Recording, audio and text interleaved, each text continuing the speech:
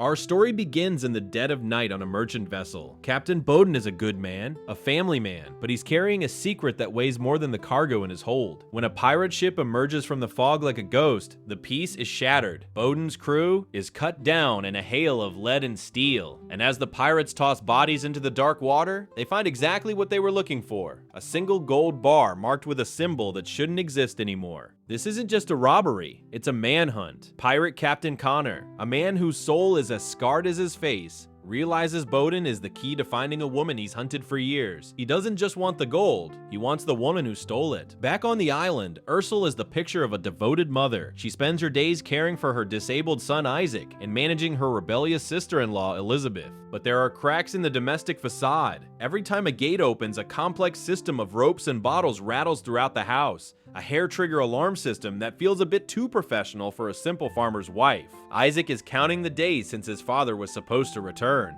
It's been 59 days. Ursil tries to keep the mood light for Isaac's birthday, giving him a beautiful razor-sharp knife as a gift. In a flickering flashback, we see her using that same knife to carve through a group of men on a blood-soaked shore. This isn't a kitchen tool, it's a relic from a life she tried to bury. The tension snaps when Elizabeth, desperate to escape the boredom of the island, tries to run away with her secret boyfriend, Weston. But Weston isn't the hero she thinks he is. He's made a deal with some very bad men. As Ursil wakes to the sound of those warning bottles rattling in the wind, she realizes the perimeter has been breached. She finds a man prowling outside, and the whispers in the dark aren't friendly. She rushes to hide Isaac under the floorboards, whispering a promise that she'll keep him safe, before pulling a hidden rifle from a floor hatch. Two men burst through the ceiling, and for a moment, Ursil looks like an easy target. They kick her, they choke her, they smash her head against the table. They demand the gold, but Ursil is playing a part. She lets them think she's a victim, waiting for the perfect moment to strike. When the lead henchman Scout gets distracted by a few measly coins, the vulnerable mother vanishes. Ursil slashes a man's face and fights with a ferocity that leaves the pirates stunned. Even with a noose around her neck,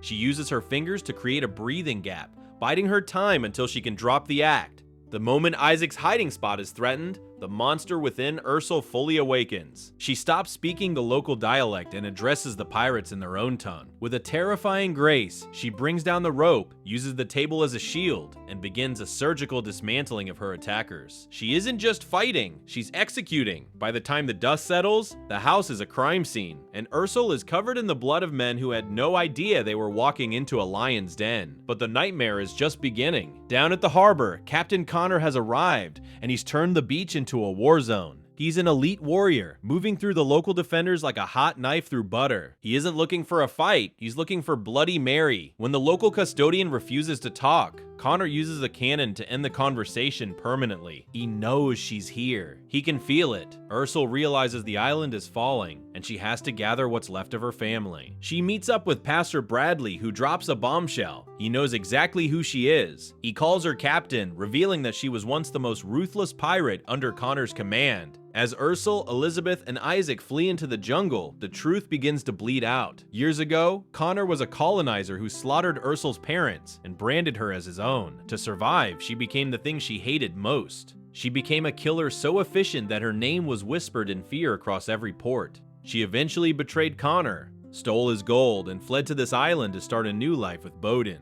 But peace was always an illusion. In the jungle, they are hunted. Pastor Bradley, a man with his own dark past, stays behind to buy them time, falling in a hail of bullets just to give Ursil a few more seconds of a head start. The chase leads back to the house, where Connor has set a trap. He has Bowden. The reunion is heartbreaking. Bowden admits he only took a piece of the cursed gold to find a doctor for Isaac, a final act of love that led the devil right to their doorstep. Connor, fueled by a twisted mix of revenge and obsession, offers a trade, the gold for Bowden's life. But Connor was never going to play fair. In the chaotic shootout that follows, Ursil uses every trick in her arsenal: grenades, hidden blades, and the environment itself. She fights like a woman possessed, but the cost of her past is finally collected. In a moment of pure cruelty, Connor stabs Bowden right in front of her. The man who gave her a second chance at life dies in her arms, leaving Ursil with nothing but the cold, hard weight of vengeance. With Boden dead, Ursil has no reason to hold back. She collapses the well, blowing up the gold Connor so desperately wanted, and retreats into the hidden caves beneath the island. She's wounded, her home is ash, and her husband is gone. But she isn't alone. Elizabeth and Isaac, seeing the strength Ursil has carried all these years, refuse to run. They help her cauterize her wounds with candle wax and prepare for a final stand. This isn't about survival anymore. It's about making sure Connor never leaves this island.